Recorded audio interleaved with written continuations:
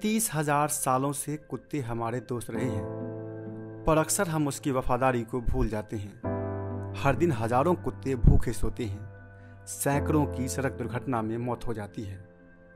कुत्ते जानवरों के शोषण में सबसे आम शिकार हैं। मीडिया में रिपोर्ट किए गए क्रूरता के मामलों में 64% से अधिक केस कुत्तों से ही संबंधित है। इसके बचाव, शेल्टर, मेडिकेशन, खाना की समुचित व्यवस्था एवं ससमय नसबंदी एवं टीकाकरण होनी चाहिए, लेकिन जिस हद तक होनी चाहिए उस हद तक नहीं हो पाती है। आमचं प्रत्येक महिन्याला एक जनरल बॉडीची मीटिंग असते, ज्यात वेगवेगळे विषय येतात. पण ह्यावेळेस खूप जनतेची कंप्लेंट होती की स्ट्रीट डॉग्स खूप झालेले आहेत, चावा घेतात, बऱ्याचशांचा मृत्यूही झालाय त्याच्यामुळे, म्हणून तो विषय त्याच्यामध्ये घेतला गेला होता. त्यासाठी काय उपाययोजना करता येईल असं त्या मीटिंगमध्ये डिस्कशन झालं होतं. पीसीएमसी का इतना दिन तो बहुत ही ख़राब कंडीशन था. जो पीसीएमसी का जो गवर्नमेंट की तरफ से जो एनिमल का जो ये था हॉस्पिटल था, पैथेटिक कंडीशन. अभी मैं पीसीएमसी के अंडर ही काम कर रही हूँ और अभी एक टेंडर पास हुआ है पीएफए पीपल फॉर एनिमल के हाथ में ही वो शेल्टर ओपन होगा. उस शेल्टर का मैनेजिंग हेड में ही रहूँगी. 24 आवर्स बाई 7 वो हॉस्पिटल ओपन रहेगा. जो भी केसेस है, एक्सीडेंट हो, बीमारी हो, जो भी है, हर एक डिपार्टमेंट वहाँ पे चालू हो रहा है. पीसीएमसी का तो बहुत पैथेटिक है, बट हम लोग कोशिश करेंगे. अभी हमारे हाथ में जो टेंडर आ रहा है वो हम लोग अच्छे से करेंगे.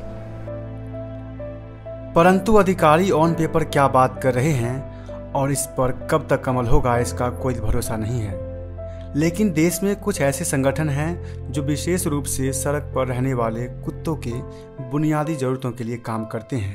रेस्क्यू चैरिटेबल ट्रस्ट स्टार्ट हुआ था क्योंकि उसके फाउंडर मेंबर्स नेहा पंचम्या और तान्या काने को रात को एक कुत्ता मिला था, और ये हम 14 साल पहले की बात कर रहे हैं. तो कोई इमरजेंसी सर्विस नहीं था, वेट सब बंद हो जाते थे और उनको जो मदद चाहिए था वो उन्हें नहीं मिला. तो उन्होंने डिसाइड किया कि हमें इतना हेल्पलेस फीलिंग हुआ है, ऐसे और भी लोग रहेंगे जिनके who have also been in the same situation. तो उन्होंने डिसाइड किया कि रेस्क्यू चैरिटेबल ट्रस्ट स्टार्ट करें. One of the core ideas of rescue has always been कि कम्युनिटी को इन्वॉल्व करना है, क्योंकि अगर कम्युनिटी इन्वॉल्व नहीं होता है, इट डज़ नॉट मैटर कितने ऑर्गेनाइजेशंस पैदा होते हैं, क्योंकि उसके साथ ही कुत्तों का पॉपुलेशन भी बढ़ रहा है. तो जब तक कम्युनिटी इन्वॉल्व नहीं होती है कि अच्छा ठीक है ये हमारे गली के 10 कुत्ते हैं, हम इनका ध्यान रखेंगे. आई डोंट मीन कि सिर्फ खाना खिलाना है, मीन्स उनका दवाई करना है, उनका स्टेरिलाइजेशन करना है, उनका वैक्सीनेशन करना है. तो ऐसे over 14 years I would say rescue has helped almost close to 50,000 dogs. ये 14 साल में हुआ है. मानव और जानवरों के बीच हमेशा से ही कॉन्फ्लिक्ट होता रहा है. इसका मुख्य कारण कुत्तों का इंसानों के प्रति आचरण है. पूरी दुनिया में प्रत्येक वर्ष सिर्फ कुत्तों के काटने से 60,000 से ज़्यादा लोगों की मौत हो जाती है, और सिर्फ भारत में 20,000 से ज़्यादा लोगों की, जिनमें से आधे से ज़्यादा मामले 15 वर्ष से कम उम्र के बच्चों से संबंधित होते हैं. यही कारण है कि लोग इनके लिए खुलकर सामने नहीं आते हैं. और वैसे तो सभी जानवरों से प्यार करना चाहिए और करते हैं सभी लोग, जानवर हों या बच्चे हों, उनसे प्यार करना चाहिए. लेकिन जो चीज़ अपने जान के लिए घातक बन जाए उससे प्यार नहीं, उससे दूर रहना ही उचित है. दिक्कत तो एक नौजवान हो, बच्चा हो, या एक सीनियर सिटीजन या बुजुर्ग हो, अगर वो रोड पे सब्जी लेने या घर की दैनिक आवश्यकता की चीज़ें लेने भी जाता है तो उसके मन में एक भय रहता है कि स्ट्रीट डॉग या सड़क के कुत्ते उसके ऊपर आक्रमण ना कर दें.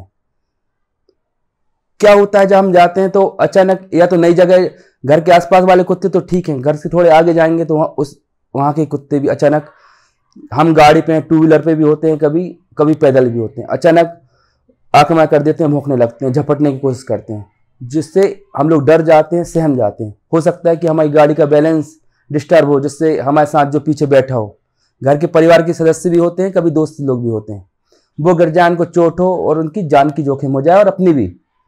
मैं कल का आपको लेटेस्ट उदाहरण बताता हूँ. कल जब मैं कुछ घर का सामान लेने डायगोनल वाल जा रहा था, मैं अपनी बच्ची के साथ जा रहा था मोटरसाइकिल पे, अचानक कुत्ते भौंकना चालू कर दिए. घर के पास के कुत्ते, गली के कुत्ते, और झपट्टे मारने की कोशिश करी। मेरी गाड़ी अनबैलेंस हुई, मैंने संभाली और बच्ची भी डर गई, बहुत ज़्यादा डर गई, भयभीत हो गई। घर आके भी बोली पापा मुझे डर लग रहा है। जब मैं लौट के मैंने कुछ सामान खरीद के लौट के आया, बोले पापा इस रोड से मत चलो, वो कुत्ते अपने को फिर पकड़ लेंगे। तो वो गाड़ी बाइक पे पैर ऊपर करके पालती मार के, जो आप लोग बोलते मांडी मार के आई, और उसके बाद भी कुत्ते फिर आया, उसको धीरे करके मैं लाया। और रात में भी वो डर रही थी। तो ऐसे भौंकने से डर है, काट देगा कुछ कर देगा, तो ये तो खराब चीज है। आखिर कुत्तों के आक्रामक व्यवहार के पीछे का कारण क्या है? क्यों वो काटने व झपटने को दौड़ते हैं? क्या वो डरे होते हैं? क्या इसके पीछे उनके बीते दिनों का अनुभव जिम्मेदार है या उनकी भूख? ओके, एक्चुअली ऐसा रहता नहीं है कि वो काटने को आ रहे हैं। आप ऐसा भी देख सकते हो कि एक झुंड पूरा बैठा हुआ है, वहाँ से एक आदमी अच्छा से इजीली गुजर जाए और वो कुछ ना करे। वो तब भागते हैं जब उनको उस आदमी से कुछ खतरा महसूस होता है। क्या होता है कि बहुत सारे बच्चे खेलने में पत्थर मारने लगते हैं, बहुत सारे लोग ऐसे जाते हुए छेड़ कर जाते हैं, इसको बाइक को उसका सामने ज़्यादा स्पीड में करते हैं। उनको पता रहता है कि उससे वो ट्रिगर हो जाते हैं, उनको लगता है कि ये मेरा टेरिटरी है, मुझे प्रोटेक्ट करना है। अगर कोई सडनली बाहर से स्पीड से आया तो फिर उनमें वो चीज़ नेचुरली वो जग जाता है, फिर वो बार्क करने लगते हैं। बार्क करना अलग चीज़ हो गया, बाइट करना अलग चीज़ हो गया। आप देखोगे कि वो बार्क करेंगे, लेकिन आप जैसे रुकोगे वो जाके ऐसा नहीं कर जाकर बाइट कर लेंगे, वो रुक जाते हैं। वो उनका नेचुरल वे रहता है कि मेरा टेरिटरी है बताने का। और बाइट जो रहता है वो स्पेसिफिक होता है, किसी किसी में नो डाउट होता है। एग्रेसिव डॉग्स एक दो रहते हैं, उनमें वो एग्रेशन आता है कि वो कुछ ना कुछ ऐसा बहुत ज़्यादा उनमें, लाइक उनको हम सर्वाइवर बोलते हैं कि कुछ तो वो ऐसा उनका साथ घटा है जिसका कारण से वो इस स्टेज पे आ गए हैं कि वो किसी पे बिलीव नहीं कर पाते हैं। उनको लगता है कि उनका सामने जो भी आ रहा है उसको अटैक करेगा। ओनली इन दैट केस वो अटैक मोड में रहते हैं, अदरवाइज नहीं। कुत्तों का आक्रामक होना तो स्वाभाविक है, लेकिन लोगों का बर्ताव भी इसके लिए जिम्मेदार है। पर कुछ लोग इसके लिए सकारात्मक तौर पर बिना किसी बाहरी सहायता के इनके लिए काम कर रहे हैं और रोज सैकड़ों कुत्तों को खाना खिला रहे हैं।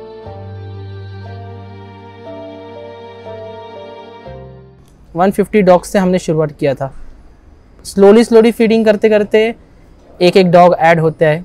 ग्रुप्स भी हमारा हेलो हेलो हेलो एक एक मेंबर जो वॉकिंग करते थे स्ट्रीट में, वो लोग दिखे, वो लोग फिर कंट्रीब्यूशन देना शुरू किए, बोले हमारे तरफ से एक पर्टिकुलर अमाउंट आपको पकड़ो, आप शुरू करो। तो स्लोली अभी फीडिंग इतना हो गया कि आज के डेट में अभी 2.5 ईयर्स कंप्लीट हुआ है। 2.5 ईयर्स में अभी टोटल 300 डॉग्स है एंटायर एरिया। तो entire and we have total 25 members, among which actual on field working 4 volunteers है। Voluntarily support by money and other terms से बाकी मेंबर्स हेल्प करते हैं। तो आज की डेट में हम लोग टोटल 20 kg राइस और 5 kg चिकन यूज़ करते हैं। तो जैसे एक आंटी है हमारी किचन में जो कुक करती है, तो उनका कुक होने के बाद उसको पूरा मिक्सअप करके यहाँ बकेट में पैक किया जाता है। हर एक का बकेट अलग अलग एज़ पर देयर डॉग, मतलब एवरी मेंबर्स फीड 50, 60, 100 ऐसे डिफरेंट ग्रुप्स वाइज पूरा एरिया को डिवाइड किया गया है 3 ग्रुप्स में। तो तीनों ग्रुप्स के अलग अलग 2-2 बकेट्स भरा जाता है। अपना जैसे ही टाइम आता है, अपना वर्क टाइम होने के बाद वो वॉलंटियर्स आते हैं, वो अपना बकेट्स कलेक्ट करते हैं और अपना अपना एरिया में, पर्टिकुलर एरिया में जाके वो डॉग्स को फीड करके यहाँ वापस ला के वॉश करके रखना पड़ता है अपना बकेट्स। आंटी आएंगी, रेगुलर शेड्यूल ये रहता है। मैं तो पब्लिक को एक ही चीज़ बोलना चाहता हूँ, जितना हम डॉग्स को हेट करते हैं उस जगह पे एवरी सोसाइटी, जितना सोसाइटी बना है, अगर तुम्हारा स्क्वायर फीट ऑफ एरिया के हिसाब से अगर एक सोसाइटी में अगर तुम 2 डॉग भी पालना, स्ट्रीट डॉग पालना शुरू कर देंगे ना, आराम से पूरा स्ट्रीट पॉपुलेशन बंद हो जाएगा। जहाँ ये स्ट्रीट में बाइट कर रहे हैं या काट रहे हैं, ये जो कंप्लेंट्स आती है पब्लिक का, बहुत लोकल उसका बहुत कंप्लेंट रहता है, डॉग काट रहा है। बट काट रहा क्यों है? आप लोग ही उनके साथ वैसे बिहेव कर रहे हैं। जैसे मैंने स्टार्ट किया था, मैंने तो ऐसे सोच के किया था कि अगर मेरे पास कुछ है, जो मेरे पास एक्सेस है, if I can help someone, तो why can't I try some more. और जो है मेरे पास उतने से तो कर लूँगी, नहीं होगा तो कहीं से पुल इन कर लेंगे हम लोग। और अगर ज़्यादा से ज़्यादा बच्चों को खाना दे पाए तो it's better. But many a times what happens, man power कम पड़ जाती है। अभी हमारे पास एट प्रेजेंट काफ़ी ऐसे डॉग्स हैं जिनको हम लोग फीड नहीं कर पाते, and we feel very sorry because वहाँ पे हमारा पहुँच नहीं है। ग्रुप काफ़ी बड़ा है हमारा, लेकिन फिर भी हर किसी के पास अपना अपना ऑफिस भी है, घर भी है, plus this out of the way जाके हर कोई अपनी तरफ से ये करता है। So I will be very happy if young children today या टीनेजर्स आगे आए, वो भी कुछ हमारे लिए सिर्फ हमारे साथ आके हेल्प कर दे फीडिंग में भी, तो भी बहुत होगा हमारे लिए। परिस्थितियां सुधर रही है, लोग बदल रहे हैं एवं लोगों की सोच बदल रही है। युवा बढ़ चढ़ कर इसमें अपनी भागीदारी दिखा रहे हैं एवं निजी तौर पर स्ट्रीट डॉग्स के लिए सुविधाओं को मुहैया करवा रहे हैं। इससे समस्या खत्म तो नहीं हो सकती, पर ये एक बेहतर शुरुआत है।